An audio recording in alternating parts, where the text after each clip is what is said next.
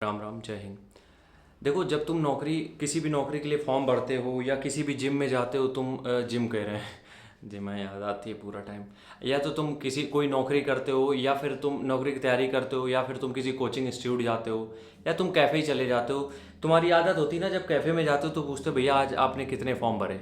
ये मेरी आदत थी, हम पूछते थे कि मतलब जब भी हमने 2 ही फॉर्म भरे अपनी लाइफ में, और जब भी हम गए हैं तो हमने बस यही पूछा भैया कितने फॉर्म पढ़ चुके हैं, तो वो बोल रहे थे यार बहुत फॉर्म पढ़े इस चीज़ के, तो हम पहले डर जाते थे। ठीक है।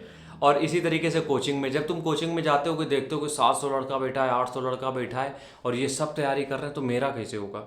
देखो, आज तैयारी उसी की होगी जिसकी सोच थोड़ी सी डिफरेंट होगी, जिसकी अप्रोच थोड़ी सी डिफरेंट होगी, तैयारी उसी की होगी। कोचिंग में जो 700 लड़के जा रहे हैं उसमें 70 का ही सिलेक्शन होता है, या फिर हम कहें कहो 7 का सिलेक्शन हो, तो बाकी के 6 650 जो हैं वो बर्बाद हो रहे हैं। जो उनके पीछे लॉजिक क्या है। अब देखो, होता है क्या, कई बार तुम लोग कोचिंग किस लिए जाते हो। तुम लोग कोचिंग इसलिए जा रहे हो, कोई नामी टीचर है, या फिर हम इसलिए भी जाते हैं कि यार भीड़ बढ़िया हो रही तो इसका मतलब पढ़ाते बढ़िया है।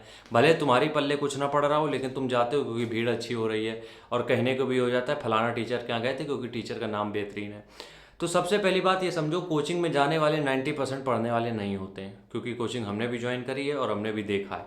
तो 90% जो होते हैं, और कहो ज़्यादा ही हो जाए, वो पढ़ने वाले कतई नहीं होते हैं। उनको सिर्फ एक रूटीन होता है कि सुबह उनको तैयार होकर कोचिंग के लिए निकलना है, क्योंकि घर से निकलने का एक बहाना चाहिए होता है। तो भीड़ को देख के कतई नहीं डरना है। अगर तुम उन 10% में आ रहे हो जो वाकई में सीरियस हो, तो उसमें एक सोच को अपनी डेवलप करना पड़ेगा, उस अप्रोच को अपनी बदलना पड़ेगा। कैसे? देखो, जब भी तुम किसी भी लड़ाई लड़ने जाते हो या फिर कोई भी काम करते हो बड़ा, ठीक है, और उसमें कंपटीशन तगड़ा होता ही है, चाहे किसी भी एग्जाम में तुम चले जाओ, तब उसमें डीमोटिवेशन होना एकदम स्वाभाविक है, बिल्कुल नेचुरल है। उसमें कोई रॉकेट साइंस नहीं है कि नहीं होगा, बिल्कुल होता है, सबके साथ होता है। लेकिन अगर तुम उसी बीच में अगर खुद पे ध्यान देने लगोगे तो तुम्हें भीड़ से फर्क नहीं पड़ेगा यार। अगर तुम खुद पे फोकस करने पड़ोगे, क्योंकि होता क्या है, देखो होता ये है कि आजकल हर एक लड़का कॉपी कर रहा है। वो उससे कहेगा कि अपने नोट्स दे दो, वो उससे कहेगा तुम किस किताब से पढ़ रहे हो। मतलब हर कोई किसी ना किसी दूसरे पे डिपेंड है। जिम जाने के जिम में याद आ रही, कोचिंग जाने के बाद भी वो किसी ना किसी पे डिपेंड ही है। तो अगर तुम बस एक काम कर लो कि अपनी रिस्पॉन्सिबिलिटी खुद ले लो। जो तुम सिलेबस करोगे तुम अपने मन का पढ़ोगे, जो तुम स्ट्रेटजी बनाओगे अपनी खुद की बनाओगे, नोट्स बनाओगे अपने खुद के बनाओगे, जो भी कोचिंग पढ़ोगे अपने मन से पढ़ोगे।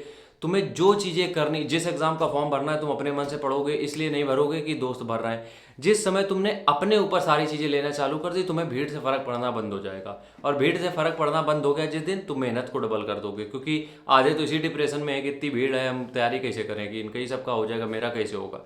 इसलिए बस कोशिश इतना ही करो कि अपने ऊपर काम करना चालू कर दो, तो इस भीड़ से भी डर नहीं लगेगा और सारी चीज़ें स्मूथली हो जाएंगी। लेकिन उसके लिए खुद पे काम करना ही पड़ेगा, अपनी चीज़ें खुद क्रिएट करनी ही पड़ेंगी। इसके अलावा कोई चारा, कोई भी चारा नहीं है। ठीक है। राम राम, जय हिंद।